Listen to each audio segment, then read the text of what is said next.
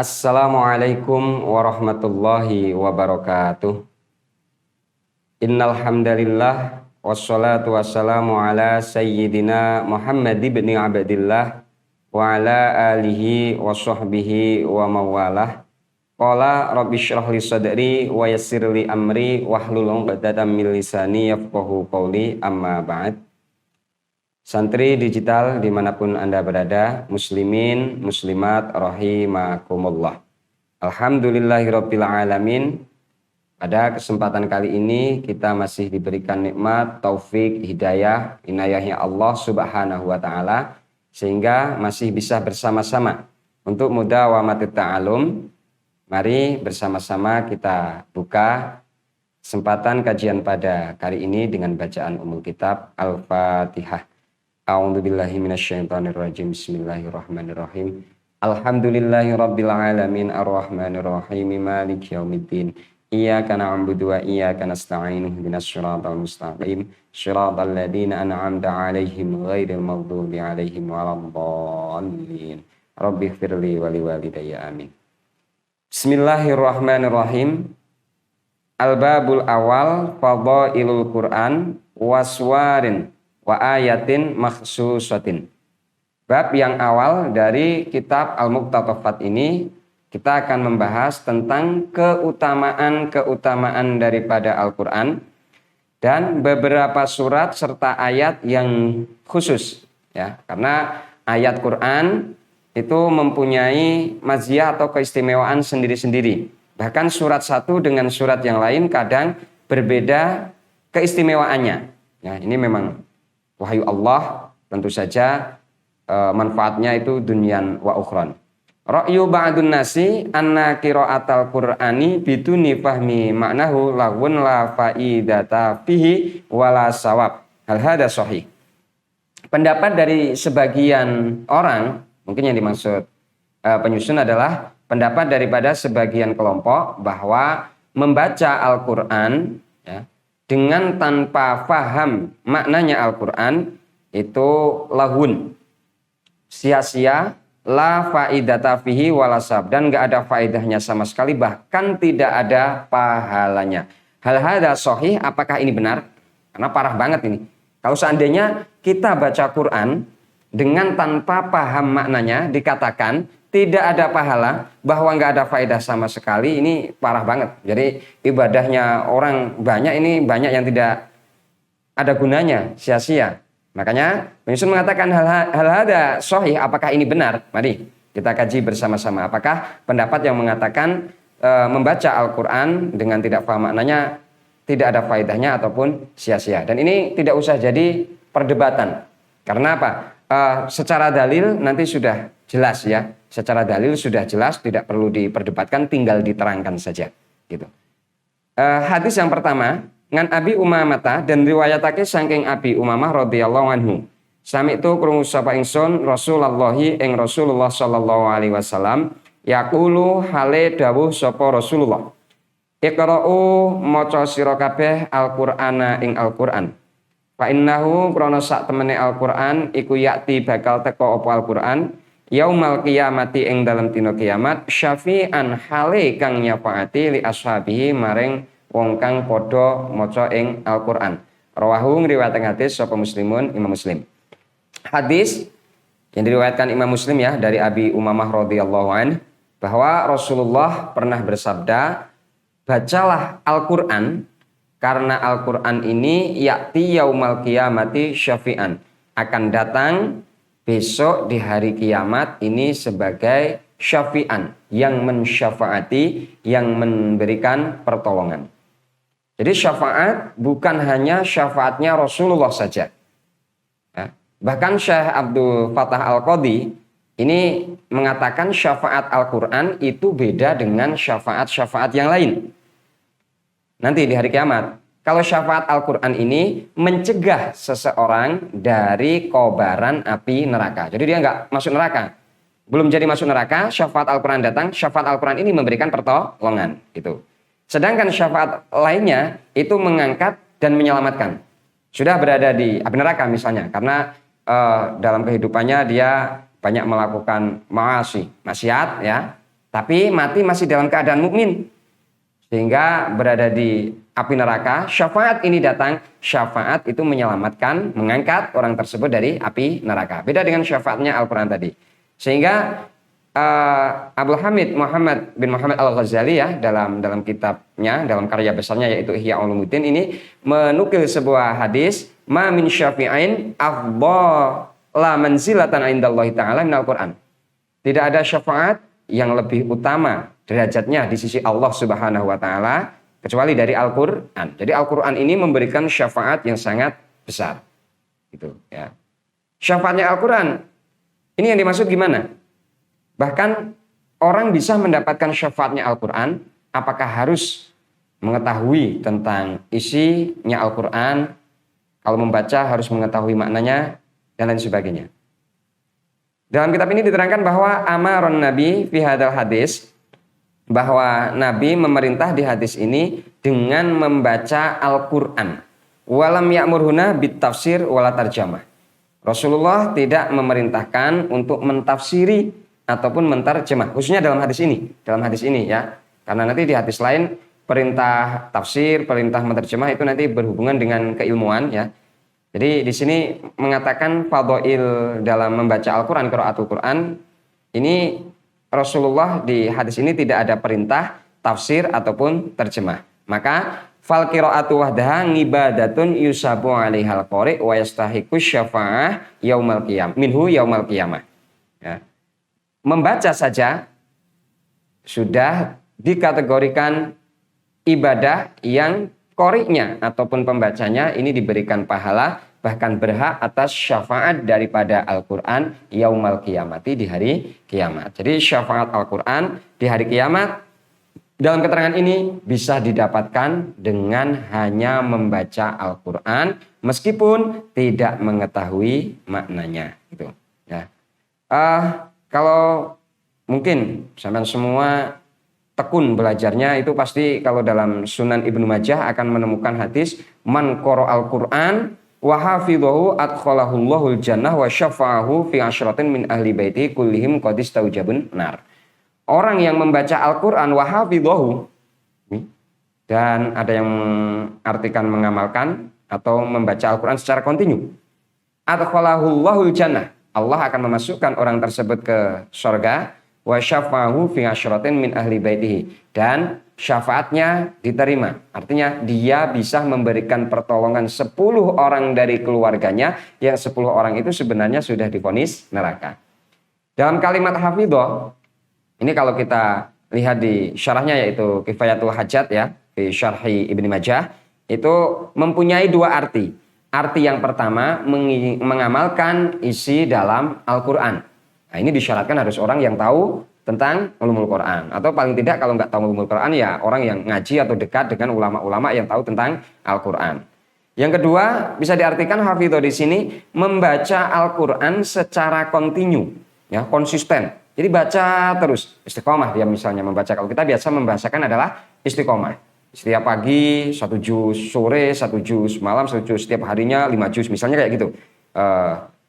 Maka dengan bacaan seperti itu dia hingga hafal tanpa ada niatan menghafal, maka dia termasuk dalam hafidhahu itu yang dijanjikan Allah, orang yang masuk surga dan bisa memberikan syafaat kepada keluarganya 10 orang. Itu ya. Jadi di hadis pertama ini pun sudah jelas, sebenarnya kita sudah jelas bahwa membaca Al-Quran saja tanpa mengetahui maknanya itu tetap mendapat pahala. Ini kalau berhubungannya dengan ibadah. Tapi kalau kita ingin mengetahui perintah-perintah agama, perintah Allah, ya kita harus belajar lebih lah. Ya, bukan hanya Al-Quran saja, tapi juga kutubul fikhi, ya kitab-kitab fikih, kitab hadis, tafsir Quran dan sebagainya itu. Kemudian hadis yang kedua, qala Rasulullah sallallahu alaihi wasallam, khairukum utawi luweh bagus-bagus ira kabeh iku man wong ta'allama kang bibinau sapa man Al-Qur'ana ing Al-Qur'an wa 'allamahu lan mulang sapa man ing Al-Qur'an. Rawahu ngriwayatkeun hadis sapa Al-Bukhari, Imam Al-Bukhari. Ini hadis sudah masyhur banget. Riwayat dari Imam Bukhari bahwa sebaik-baik kalian adalah orang yang belajar Al-Qur'an dan mau mengajarkannya. Afada hadal hadis anna man ta'allamal Qur'an faqat asbaha min khairin nas wa ma'lumun. Ladaina anna man ibtada'a ta'alluma qira'atil Qur'an la ya'rifut tafsir walal makna bal syaqqa alaihi walau mujarradal qira'ati faqat. Hadis ini memberikan keterangan bahwa orang yang belajar Al-Qur'an, ya, dari kata man ta'allama itu sudah menjadi orang terbaik, ya, umat yang terbaik. Dan sudah maklum adanya bahwa orang yang mengawali belajar Al-Qur'an ini pasti belum mengetahui tafsir. Bahkan sulit sekali walaupun cuman belajar membaca saja, ya. Wa ma'adzalika faqad asbah huwa min khairin nas. Dengan keadaan seperti itu baru ta'allama saja, baru ta'alum sudah termasuk baik-baiknya orang yang dikategorikan oleh Rasulullah gitu. Jadi hadis ini mempunyai makna yang sangat luas. Kalau kita pelajari lebih lanjut mempunyai makna yang sangat luas. Tapi di sini yang paling pokok adalah bahwa hadis ini menunjukkan membaca Al-Qur'an tanpa mengetahui makna bukanlah pekerjaan yang sia-sia gitu ya. Karena hadis ini juga menerangkan tentang perintah belajar dan mengajar Al-Qur'an, ya. Dan juga memerintah supaya sebelum allama, karena lafaz alama dalam hadis ini berada di akhir, jatuh setelahnya lafaz ta'allama. Berarti belajar dulu baru mengajar, gitu ya. Makanya para pengajar-pengajar pun ini sebaiknya tetap terus belajar supaya apa? Ilmu yang disampaikan lebih berkualitas dan lebih bisa dipertanggungjawabkan, gitu ya. Dan juga ini mengindikasikan bahwa menjadi orang baik itu saja nggak cukup, ya. Baik untuk sendiri itu saja belum cukup, karena orang yang bermanfaat bagi orang lain ini mungkin yang juga dikehendaki dalam hadis ini. Ta'allam Al-Qur'an baik, tapi allamahu adalah bermanfaat bagi sesama. Jadi alim saja belum cukup, tapi juga harus mu'alim. Pintar saja belum cukup, tapi juga harus mengajar. Solih saja untuk sendiri ya belum cukup, dan mudah banget untuk menjadi solih. Nggak sampean diam, nggak pernah menyakiti orang, beribadah dengan tekun, itu sudah solih, ya. Solih, qaimun fi hukukillah gitu, ya. Tapi untuk menjadi muslih, orang yang memperbaiki ini penuh dengan resiko, penuh dengan perjuangan. Nggak cukup hanya diam saja. Tapi kalau dalam bahasa hadis ini dibahasakan dengan kata wa'allamahu. Jadi ta'allama ini untuk berusaha menjadi solih. Kemudian allama ini berusaha untuk menjadi muslih yang memperbaiki. Karena apa? Nanti menjadi muslih mengajarkan ini dikatakan bahwa itu lebih baik daripada ibadah-ibadah yang sifatnya hanya sendiri. Al-muta'ati afdalu minal qasir gitu. Tapi juga dalam mempelajari Al-Quran, dalam membacanya pun ini sebenarnya banyak sekali ilmu yang harus dikuasai, ya. Makanya tidak cukup hanya bisa membaca dengan tanpa mengetahui kaidah-kaidah daripada bacaan. Makanya Sayyid Al-Maliki itu kalau dalam kitabnya yaitu Qawaidul Asasiyah fi Ulumil Quran, ini dalam membaca Al-Quran biar lebih berkualitas itu kita harus mempelajari kaidah-kaidahnya. Karena dalam membaca Al-Quran ini ada 3 cara. Kalau dalam kitab itu diterangkan, dalam kitab lain malah 4 cara itu. 3 cara, yang pertama adalah tahqiq. Membaca Al-Quran secara tahqiq itu harus memperhatikan makhraj. Makhrijul huruf, keluarnya huruf, tajwid, idhar, idgham bihunnah, idgham bilahunnah harus sesuai dengan kaidahnya, dengan aturannya.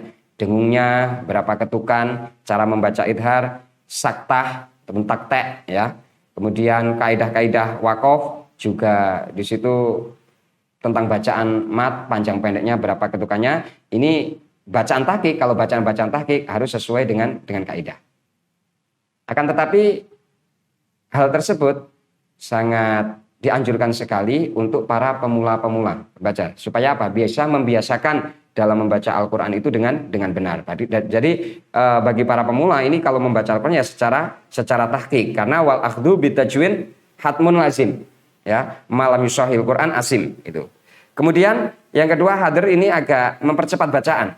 Jadi dengan mengurangi kadar daripada panjangnya mat, misalnya yang 5 alif itu ketukannya dengan lebih dipercepat. Ya, dengan kadar nanti pembacaan huruf antara satu huruf dan huruf yang lain ini kadarnya juga lebih cepat. gitu. Kemudian yang ketiga tadwir, ada yang mengatakan tadwir ini sama dengan tartil, ada juga yang menyendirikan tadwir ini sendiri, tartil ini sendiri, yaitu tengah-tengah, tidak tahqiq terlalu pelan juga tidak, dan juga tidak hadar ya. Hadar itu biasanya digunakan oleh para penghafal Al-Quran kalau sedang semaan itu, yang muntajat satu hari misalnya harus selesai satu Al-Quran, harus khatam dalam waktu satu hari. Ini biasanya digunakan oleh para penghafal Al-Quran itu untuk simaan ataupun yang lain sebagainya itu. Nah, kemudian perlunya kita memperbaiki kualitas dalam pembacaan Al-Quran supaya benar-benar Al-Quran ini dalam sehari-hari kita baca tertulis sebagai bentuk daripada ibadah. Jangan sampai Quran itu melaknati kita karena kita tanpa belajar yang serius membaca Al-Quran, taunya kita beribadah, tapi ternyata banyak kaidah-kaidah yang dilanggar dalam pembacaan Al-Quran. Karena nanti Al-Quran ini ada kecuali ilmu tajwid tadi yang sudah kita sampaikan, juga ada gharib dan muskilatnya ya. Ada sesuatu yang mungkin secara umum ini tidak begitu diketahui. Adanya bacaan imalah, adanya bacaan tashil, ismam, wa ghairi dalik, dan lain sebagainya. Maka untuk lebih meningkatkan kualitas kita dalam membaca Al-Quran, ibadah dalam membaca Al-Quran, mari bersama-sama kita juga memperhatikan kaidah-kaidah dalam membaca Al-Quran. Karena dalam sebuah hadis dikatakan bahwa afdhalu ibadati ummati qiraatul Quran. Ibadah yang paling utama bagi umatku Rasulullah SAW adalah membaca Al-Quran.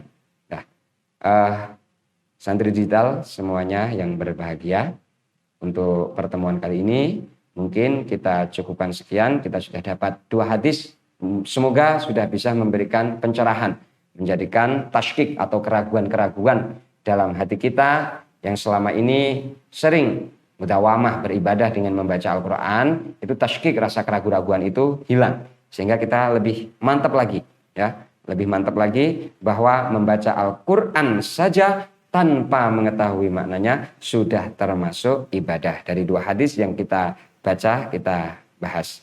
Mungkin itu saja dulu, tentu banyak kekhilafan, kesalahan, mohon maaf yang sebesar-besarnya. Sebelumnya mari kita tutup dengan bacaan doa. Bismillahirrahmanirrahim. Subhanakallahumma wa bihamdika asyhadu an la ilaha illa anta astaghfiruka wa atubu ilaik. Wallahu a'lam bishawab. Wassalamualaikum warahmatullahi wabarakatuh.